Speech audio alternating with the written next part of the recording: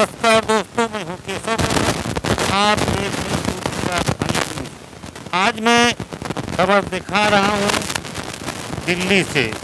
आज़ाद समाज पार्टी की जो रैली थी वो आरक्षण वर्गीकरण के संबंध में थी। ऐसा लग रहा था कि जैसा कि आसमान दिल्ली की धरती पे उतर आया हो। चारों तरफ नीले झंडे ही झंडे दिखाई पड़े थे और बाबा साहब डॉक्टर भीमराव अंबेडकर के नारे लग रहे थे। लोगों ने क्या क्या बातें वहाँ पे कही।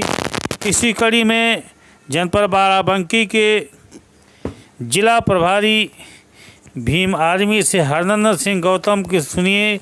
इन्होंने दिल्ली में जाकर क्या कहा कि दलितों के साथ में क्या अन्याय हुआ और किसने अन्याय किया है।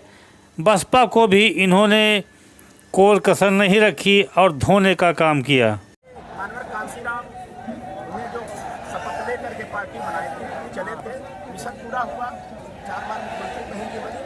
चौथी बार जब बहन जी मुख्यमंत्री बनी तो हमारे देश जो पार्टी के अंदर घुसपैठी आ गई।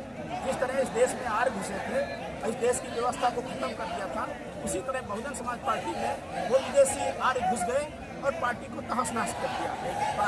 और वही लोग बेसिक शिक्षा मंत्री जो है धर्मसिंह सैनी थे, वो आज भाजपा में है।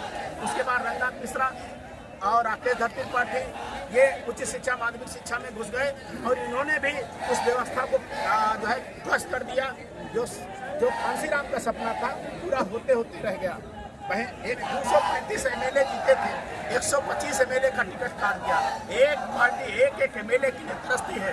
आपने 235 में 125 एमएलए का टिकट काट दिया। बड़े बड़े नेताओं को बाहर कर दिया, मिशनरी साथियों को बाहर कर दिया। रामचंद्र राजभर कहाँ है, सोनेलाल पटेल कहाँ है, नंदलाल पटेल कहाँ है, विनय वो जो है आपके लालजी वर्मा कहाँ है, रामचंद्र राजभर कहाँ है, स्वामी प्रसाद मौर्य कहाँ है, तो ये राजा राम पाल कहाँ है, राज बहादुर कहाँ है, ये आर.के. चौधरी कहाँ है। ये सारे लोग जो मिशनरी साथी थे वो बाहर चले गए, जिनके माध्यम से ये इतना बड़ा कारवां खड़ा हुआ था।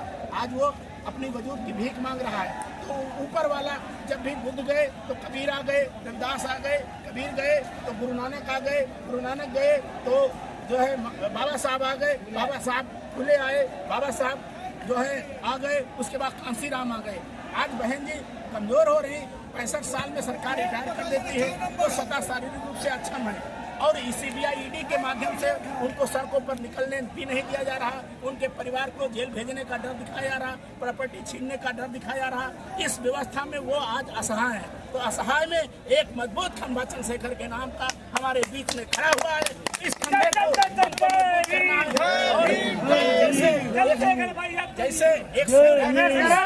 जैसे एक सूर्य निकलता है उजाला हो जाता है, इसी तरह चंद्रशेखर भाई जब समाज में उतरते हैं तो उजाला हो जाता है। मनीषा वाल्मीकि का कांड देख लीजिए, 13 पॉइंट रोस्टर देख लीजिए, SC/ST एक्ट का मामला देख लीजिए।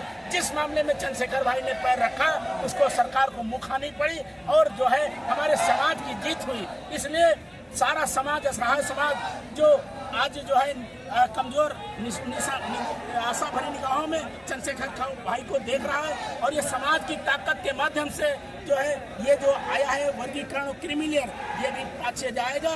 नहीं जाएगा तो संसद भवन में हम ताला लगा देंगे। 135 जो है सांसद जो SC/ST के हैं उनके घरों में ताला लगा देंगे, उनको इस्तीफा देने से मजबूर करेंगे। अरे कैसे नहीं, जब SC/ST एक्ट बदल सकता है, जो 10% जो है गरीब अमीर सवर्णों को आरक्षण मिल सकता है, तो हमको जो चंद्रशेखर भाई ने कहा है कि आप गरीबों के हितैषी हैं, जो 50 सालों से SC/ST की जगह खाली हैं उनको भरिए ना। कौन मना किए है कि उनको ना भरिए? उनको अच्छी शिक्षा व्यवस्था कराइए, उनको हॉस्टल मुहैया कराइए, उनको BC बनाइए, उनको रजिस्ट्रार बनाइए, उनको MP बनाइए, उनको DM बनाइए। ये बनाना नहीं चाहते हैं, ये संविधान बदलने की साजिश में नाकाम हो गए हैं। तो सुप्रीम कोर्ट के माध्यम से हमारे समाज का हक हकूक और हमारे समाज के एकता बनी एकता को खंडित करना चाहते हैं कि दोबारा कोई मनीषा वाल्मीकि के साथ रेप हो तो कोई लड़ाई न लड़े। इस तरह से हम लोग बटने वाले नहीं हैं। हम लोग ये जो है ये चूर ईंट से ईंट बजा देंगे और सुप्रीम कोर्ट क्या जो संसद और राष्ट्रपति से बड़ा थोड़े है।